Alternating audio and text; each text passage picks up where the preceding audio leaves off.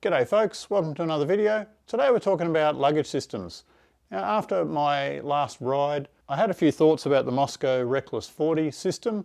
I wasn't that sold on that idea anymore. The little pockets were a little bit small. It was 5 years old, it's starting to wear through in places, so I was looking for a replacement. The post is been, I got the big box, so I will be replacing the Mosco Reckless 40s with the Mosco Reckless 80.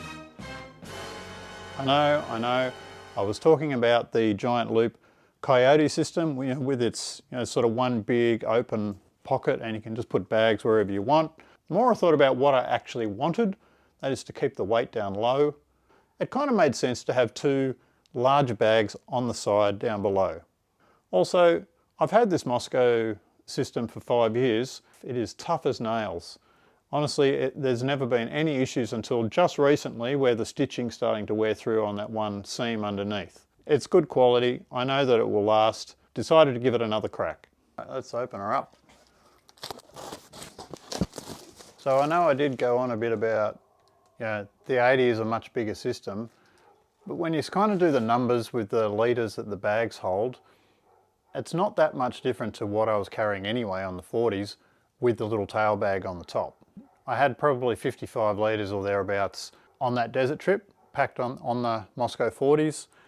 This here gives me 50 litres just in the side bags. So we get the Stinger 22 bag. That's a big bag.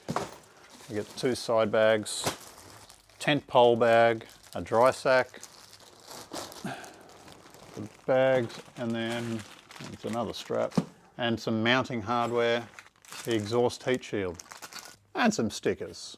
Important. So these are the main bits. Two side bags or legs, and the whole base unit. So it's going to be fun fitting this onto this bike because this is it's quite large. The new version 3 is actually really modular. So I hope I don't need the roll bag on the top, which means I can get rid of all of this beaver tail section. This is all detachable quite easily.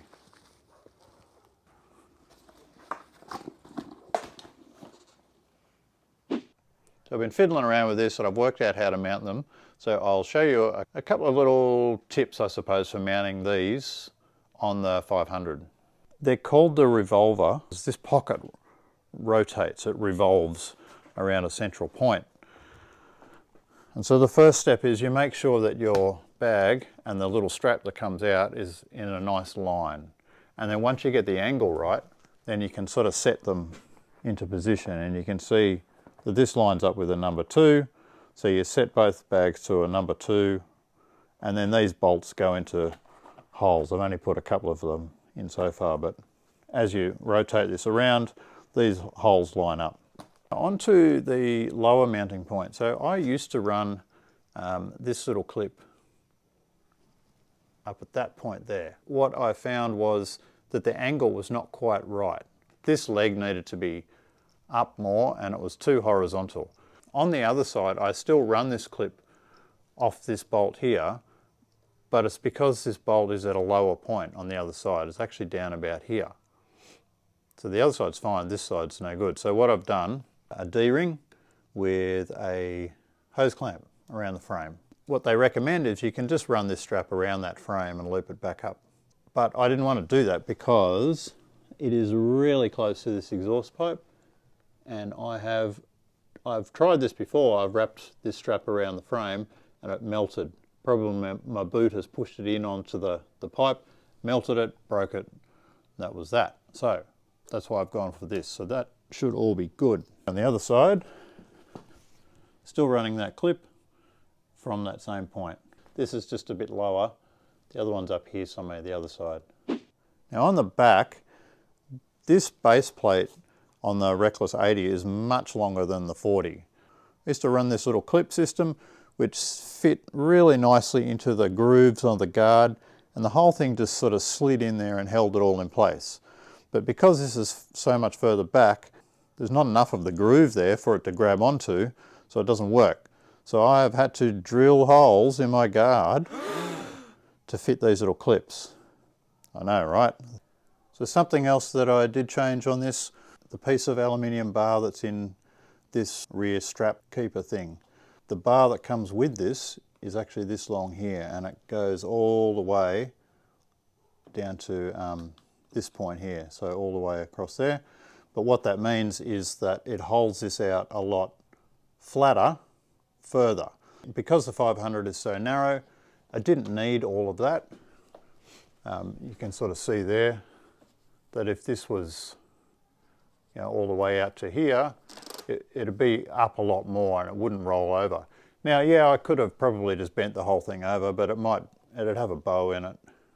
So I've just swapped out this piece for a shorter piece. The little flaps still cover the end so it can't fall out and it can't go anywhere. Bag underneath kind of hang a lot lower. The 40s were up almost there and the little pocket hung down to about that level. So these sit a fair bit lower. A bit more on that rationale of why I've gone with these. The Moscow 40 is two 14-litre side bags, the 2-litre pocket beneath, and an 8-litre top bag. There's your 40 litres. The 80s have 25-litre side bags. There is a 4-litre pocket beneath each bag and a 22-litre bag on top. There's your 80 litres. Now I have not got the 4-litre bags underneath, so straight away I'm down to a 72 litres, and I'm trying my best not to use the top bag at all. So I'm down to a 50.